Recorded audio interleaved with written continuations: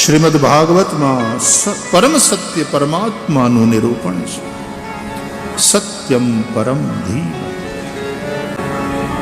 તો અમૃત તો જેના હાથમાં આવે એ કોઈ પણ પી શકે. સૂર્ય અને ચંદ્રની વચ્ચે રાહુ બેસી ગયો તો એ અમૃત ચાખી ગયો.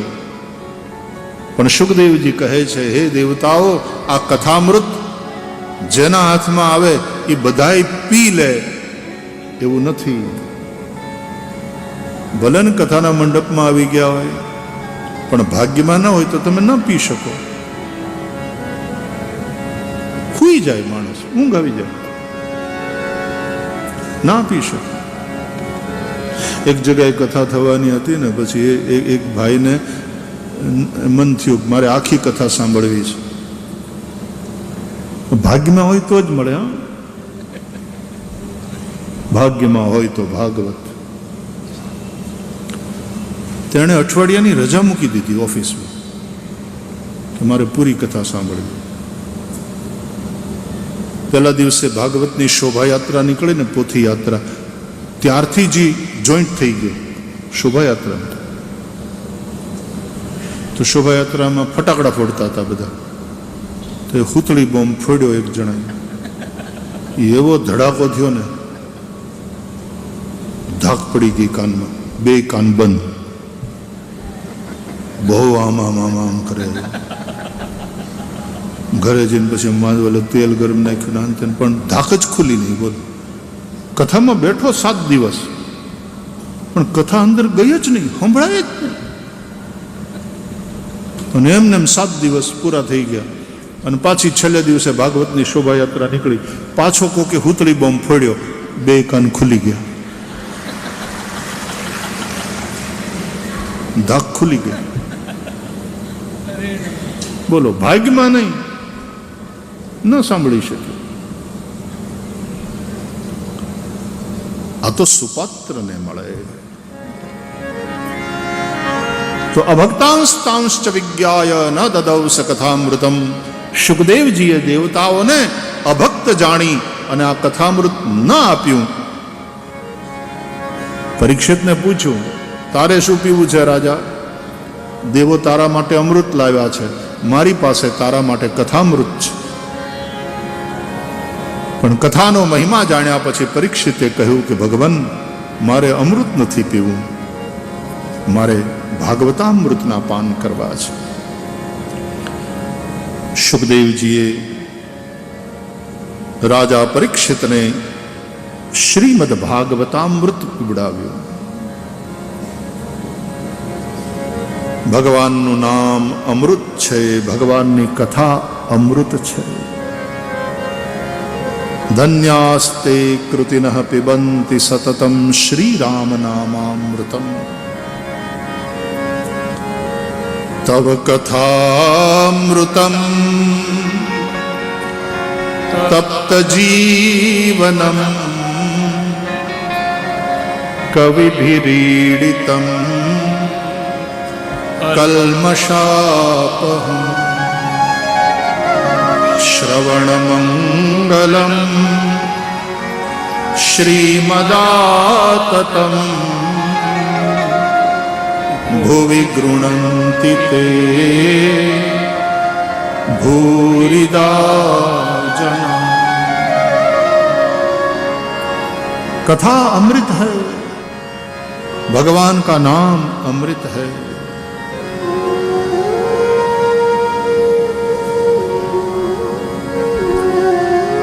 आ अमृत पीओ.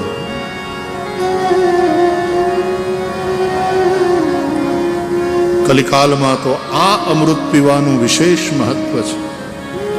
ગોસ્વામી તુલસીદાસજી રામચરિતમાનસના અંતમાં લખ્યું, એહી કલિકાલન સાધન દૂજા.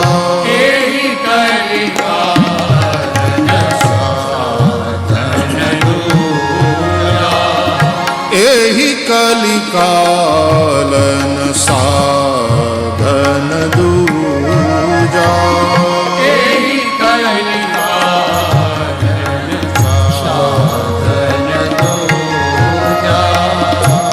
જોગ જગ્ય જપ તપ વ્રત પૂજા યજ્ઞ જપ તપ વ્રત પૂજા જોગ જગ્ય જપ તપ વ્રત પૂજા જોગ યજ્ઞ જપ તપ વ્રત પૂજા રામ હિ સુમીરિય ગાય રામ હિ રામૈ સુમીર્ય ગાય રામૈ સંતત સુનિય રામ ગુણ ગ્રામ હિ સંતત સુનિય રામ ગુણ ગાય સંતત સુનિય રામ ગુણ ગ્રામ હિ સંતત સુનિય રામ ગુણ ગાય એહી કલિકાલન સાધન દૂજા એહી કલિકાલન સાધન એહી કલિકાલન એહી કલિકાલન એહી કલિકાલન સાધન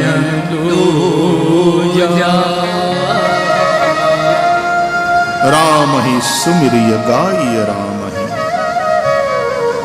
કલિકાલમાં આ સૌથી સરળ અને સૌથી શ્રેષ્ઠ ઉપાય છે ભગવાનનું નામ લો નામ સ્મરણ કરો અને ભગવાનની કથાનું શ્રવણ કરો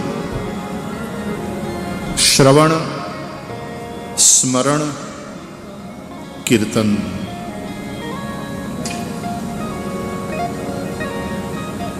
રાજા પરીક્ષિતે 7 દિવસ ભગવાનની કથા સાંભળી 7 જ દિવસનું એનું આયુષ્ય બચેલું હતું 7 દિવસમાં ભાગવત સાંભળતા રાજા પરીક્ષિતનો મોક્ષ થયો એની મુક્તિ થઈ પદ્મપુરાણમાં લખ્યું છે કે બ્રહ્માજીને જ્યારે આ સમાચાર મળ્યા કે માત્ર 7 દિવસ કોઈ કથા સાંભળવાથી મુક્ત થઈ જવાય આ તો બહુ મોટી નવાઈ નહીં તો 84 નું ચક્કર જલ્દી છૂટતું જ નથી માયાના ટ્રેપમાં છે માણસ મોક્ષની પ્રાપ્તિના જેટલા સાધનો હતા બ્રહ્માજીએ બધાની તુલના કરી શ્રીમદ ભાગવત સૌથી શ્રેષ્ઠ સિદ્ધ થયું શ્રવણગત મુક્ત્યુક્તિ કથને જેને સાંભળવા માત્રથી જીવ મુક્તિને પામે છે ભાગવતના મહાત્મ્યની કથા કહે છે કે દેવર્ષિ નારદ એકવાર પૃથ્વી ઉપર કલિકાલમાં ફરતા હતા કૃષ્ણ પરમાત્મા સ્વધામ પધાર્યા છે દ્વાપર યુગનો અંત થયો છે કલિયુગનો પ્રારંભ થયો છે કલિના પ્રભાવને જોવા માટે દેવર્ષિ નારદ પૃથ્વી ઉપર આવ્યા સૌથી પહેલા વહેલા ઘરમાં આમ આગ લાગે તો મહત્વની જે જગ્યા છે એ સલામત છે કે નહીં તમે પહેલા જુઓ કે આપણી તિજોરી બરાબર છે ને અથવા તો ઘણા એમ કે ભગવાનના મંદિરમાં ઠાકોરજીને જ કાંઈ થયું નથી ને એ બાજુ પાછા એમ કે આમ આખું ઘર બળી ગયું અમારા ઠાકોરજીને કાંઈ ન થયું આગ અહીંયા સુધી ન પહોંચે અથવા ઘરમાં બીજે બધે આગ ફેલાણી તો તિજોરીમાં કેશ હતા કેટલા કરોડ બચી ગયા એમ કલિકાલમાં દ્વાપર યુગ ગયો અને કલિયુગ આવ્યો તો તીર્થોની સ્થિતિ શું છે જો તીર્થ બરાબર હશે તો વાંધો નહીં આવે કારણ કે તીર્થ જે તારે એ તીર્થ દેવર્ષિ નારદ જોવા માટે નીકળ્યા પુષ્કરંચ પ્રયાગંચ કાશીમ ગોદાવરીમ તથા. પુષ્કરમાં ગયા, તીર્થરાજ પ્રયાગની મુલાકાત લીધી, ત્યાંથી કાશી ગયા, અહીંયા મહારાષ્ટ્રમાં આવ્યા, દંડકારણ્યમાં આવ્યા, ગોદાવરી, અનેકાનેક તીર્થોમાં ફર્યા. પણ ત્યાંય કળિયુગનો પ્રભાવ, જેમ કોરોનાનો પ્રભાવ બધે દેખાણો તો ને, એમ તીર્થોમાં કળિયુગનો પ્રભાવ દેખાણો.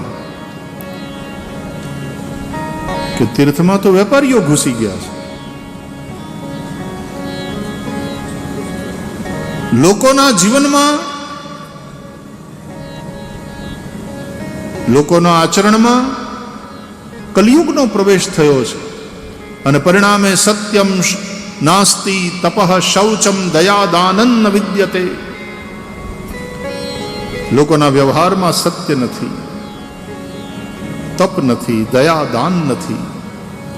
ઉદરમ ભરીણો જીવા, કમાઓ, પેટ ભરો, એને જ લોકો પુરુષાર્થ માને છે. પૈસો, અર્થ અને કામ, વિષય ભોગ, આ બે જ પુરુષાર્થ રહ્યા છે લોકોના જીવનમાં. ધર્મ પણ નથી અને મોક્ષની કોઈને ચિંતા નથી.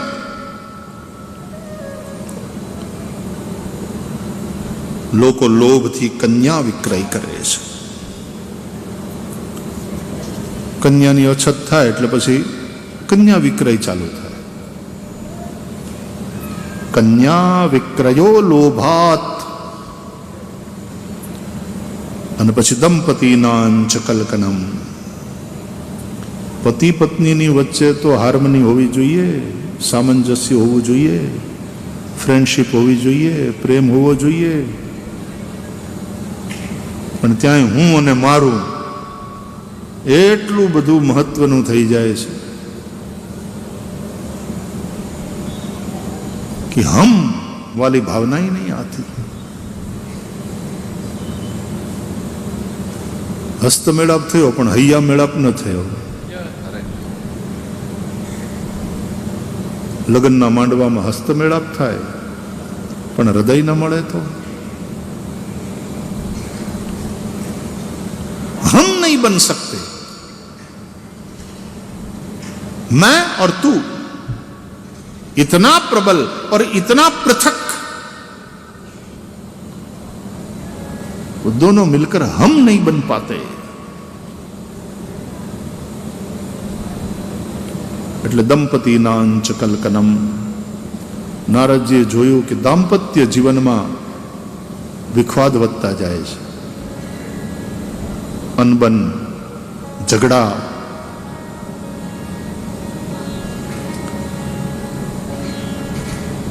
શાલકો બુદ્ધિદાયક. હગ્ગા મોટા ભાઈ બેઠા હોય તોય તે શાળાને પૂછે કે આપણે શું કરશું. ના, એ હારા હોય તો પૂછવામાં કઈ વાંધો નહીં, પણ પછી સસુરારી પિયારી લગી તબ તે.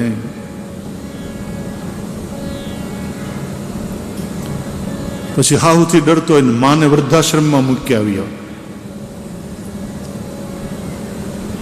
લોકોના જીવનમાં કલિયુગના પ્રભાવને નારદજીએ જોયો. તીર્થોમાં પણ કલિનો પ્રભાવ, લોકોના વ્યવહારમાં કલિયુગનો પ્રભાવ. વૃંદાવનમાં ગયા નારદજી તો ત્યાં ભક્તિને રડતી જોઈ. ભક્તિ દુઃખી હતી કારણ કે એના બંને દીકરા જ્ઞાન અને વૈરાગ્ય મૂર્છિત પડેલા, જીર્ણ શીર્ણ, બેમાં તાકાત જ નહોતી શરીરમાં, બેહોશ થઈ ગયા. એટલે એની માતા ભક્તિ દુઃખમાં રડતી હતી. એને દૂરથી નારદજીને જોયા કે કોઈક સાધુ પુરુષ છે, એના હાથમાં વીણા છે, હાથમાં કરતાલ છે, મુખમાં નારાયણનું નામ છે, આ મારી મદદ કરશે. ભક્તિ દેવીને થયું અને એણે બૂમ પાડી, ભો ભો સાધો ક્ષણમ તિષ્ઠ મચ્ચિંતામપિ નાશય દર્શનમ તવ લોકસ્ય સર્વથાઘ હરમ પરમ. એ સાધો, ક્ષણવાર ઉભા રહો, મારી મદદ કરો, મારા દુઃખને દૂર કરો. તમારા જેવા સાધુ પુરુષોનું જીવન, એનું દર્શન જીવોના પાપને મટાડે છે. મારી ચિંતાનો પણ નાશ કરો. મચ્ચિંતામ અપિ નાશય. તો નારદજી ગયા એની પાસે. શાંત શાંત દેવી, શાંત, રડ નહીં. શું થયું? તું કોણ છે? શું તકલીફ છે? મને કહે. એ સ્ત્રીએ પોતાનો પરિચય આપ્યો. અહમ ભક્તિ રીતિ ખ્યાતા ઇમૌ મેં તનયૌ મતૌ જ્ઞાન વૈરાગ્ય નામાનૌ કાલ યોગેન જર્જરૌ. હું છું ભક્તિ, આ બંને મારા પુત્ર છે, જ્ઞાન અને વૈराग्य. देखो ये ज्ञान भक्ति वैराग्य सब अमूर्त भाव है, પણ અહીંયા એને મૂર્ત, મૂર્તિના રૂપમાં કે ભક્તિ માતા, સ્ત્રી, જ્ઞાન વૈરાગ્યના દીકરા, ये रूपक है. તત્કાલીન પરિસ્થિતિનું સ્ટોરિકલ વર્ણન, કથાનક રૂપે વર્ણન.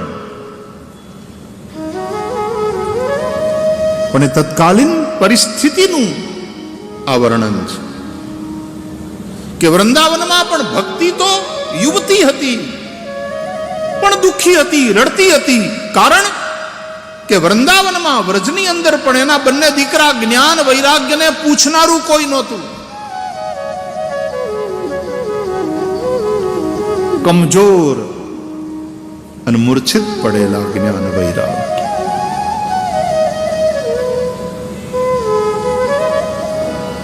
જ્ઞાન વૈરાગ્ય વગરની ભક્તિ વાંજણી છે, અને ભક્તિ ન હોય તો જ્ઞાન વૈરાગ્ય અનાથ છે. આ કથાનું દર્શન સમજો. જ્ઞાન ભક્તિ વૈરાગ્ય ત્રણેયની જરૂર. તમારી બુદ્ધિનો દીવો પ્રગટેલો હોય, જ્ઞાનનો પ્રકાશ હોય. બુદ્ધિ બુદ્ધ થવા માટે છે, બુદ્ધુ રહેવા માટે નહીં. બુદ્ધિનો દીવો પ્રગટે નહીં. ધિયો યો ન પ્રચોદયાત. ગાયત્રી મંત્ર ન જપો, ભજન ન કરો, સદગુરુની પાસે ન જાઓ, સવિતાની ઉપાસના ન કરો, સંધ્યા ન કરો, બુદ્ધિનો દીવો નહીં પ્રગટે. આપણે ગઈકાલે પ્રારંભ કર્યો સંતોના કરકમલોથી દીવો પ્રગટ કરીને. ભાગવત પણ દીવો છે. પ્રજ્વાલિતો જ્ઞાનમય પ્રદીપ. આ જ્ઞાનમય પ્રદીપ છે. કથા એટલા માટે સાંભળવાની છે કે આપણી બુદ્ધિનો દીવો પ્રગટે. બુદ્ધુ નથી રહેવાનું, બુદ્ધ થવાનું છે.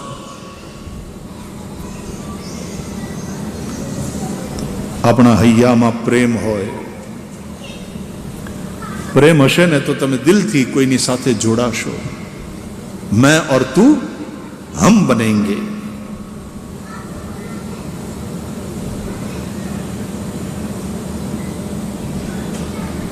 અને મનમાં વૈરાગ્યની વૃત્તિ હશે તો પાપ કરતા અટકશો, સંસાર સાથે ચીપકશો નહીં, મુક્ત રહેશો. એટલે કે છે દ્રઢ વૈરાગ્ય જેના મનમાં રહે.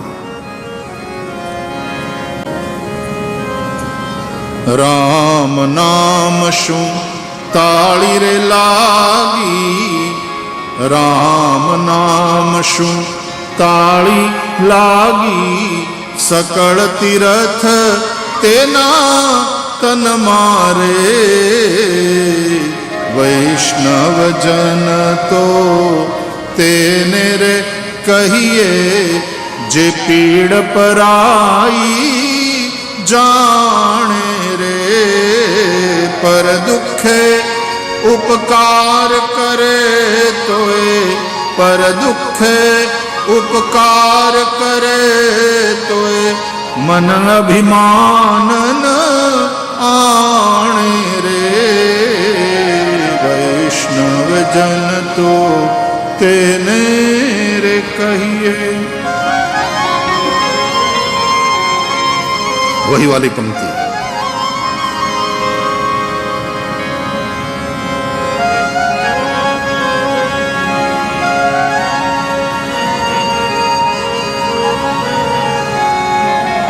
मोह माया व्यापे नहीं जेने,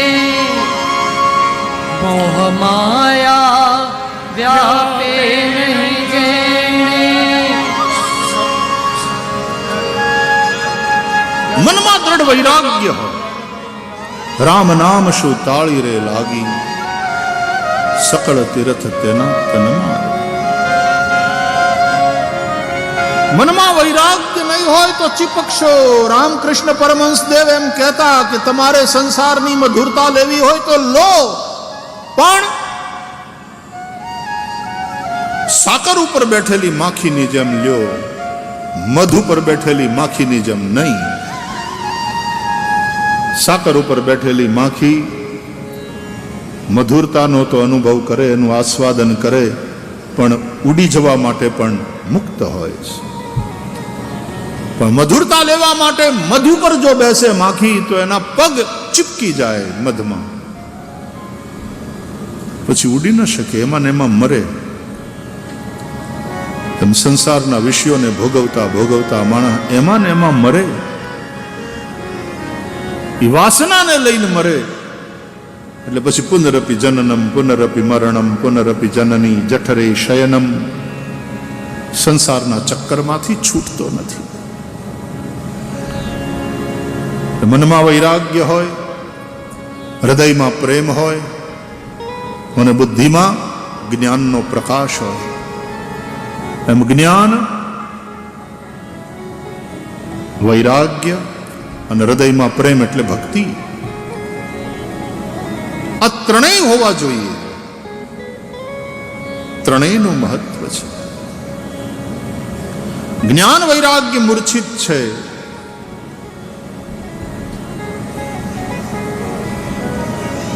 જીર્ણ છે, અશક્ત અને સુષુપ્ત.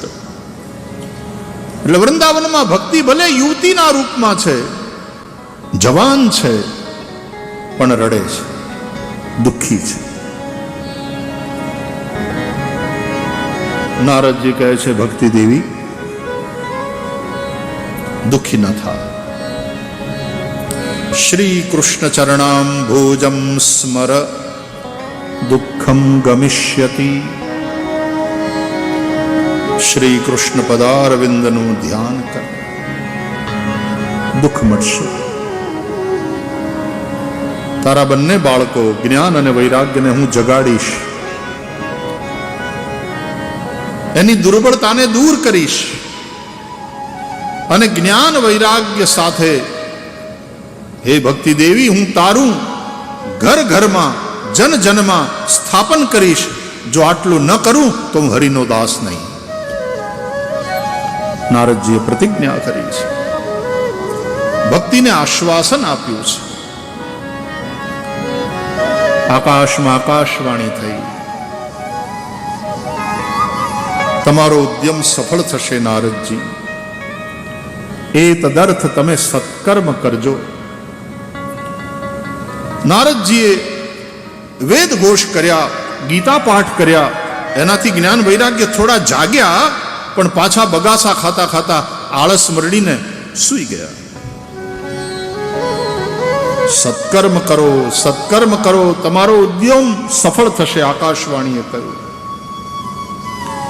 નારદજીને થયું એવું કયું સત્કર્મ કરું જેનાથી મારું કામ સફળ થાય. અનેક સંતોને પૂછ્યું, ઋષિઓને પૂછ્યું, ક્યાંય સમાધાન ન મળ્યું. ફરતા ફરતા નારદજી બદ્રિકાશ્રમમાં ગયા. ત્યાં સનત કુમારોને મળ્યા. સનત કુમાર પણ બ્રહ્માજીના માનસ પુત્ર છે, નારદજીના મોટા ભાઈ છે. મુંજાવને મોટા ભાઈને પૂછવાનું, મોટો ભાઈ પિતા સમાન છે. સનત કુમારોએ કહ્યું દેવર્ષિ નારદને, મા ચિંતામ ગુરુ દેવર્ષે ઉપાય સુખ સાધ્યોત્ર. ચિંતા મત કરો, ઉપાય બહુ સરળ છે. આકાશવાણીએ સત્કર્મ કરવાનું કહ્યું છે ને ભઈલા, કે હા હા મોટા ભાઈ, તો સત્કર્મ સૂચકો નૂનમ જ્ઞાન યજ્ઞ સ્મૃતો બુધૈ. ડાયા માણસોએ સત્કર્મ સૂચક જ્ઞાન યજ્ઞ છે એમ કહ્યું. બીજા બધા યજ્ઞો છે ને એ બધા દ્રવ્ય યજ્ઞ, તપો યજ્ઞ, યોગ યજ્ઞ, આ બધા કર્મ સૂચક છે. કે યજ્ઞશાળા બનાવો ને એમાં હવન કુંડ બનાવો ને પછી એની અંદર સમિધો લઈ આવો, ઘી લઈ આવો, જવતલ લઈ આવો, ગુગળ લઈ આવો, આ બધાનો હોમ કરો. એ દ્રવ્ય યજ્ઞ છે. એના માટે ઘણું બધું જોઈએ. યોગ યજ્ઞ, એના માટે થઈને યોગાભ્યાસ કરવો પડે લાંબા સમય સુધી. તપો યજ્ઞ, એના માટે તપ કરવું પડે. પણ જ્ઞાન યજ્ઞ આમને સામને બેઠ જાય, ગુરુને પૂછીએ અને ગુરુ ઉપદેશ કરે. બાકી સુખદેવજીએ જે કથા રાજા પરીક્ષિતને સંભળાવી એમાં કોઈ માંડવો નહીં, કોઈ માઇક નહીં, વિડીયોની તો વાત જ નહીં, ભોજન કમિટી નહીં, ભોજન માટેના અલગ ડોમ નહીં.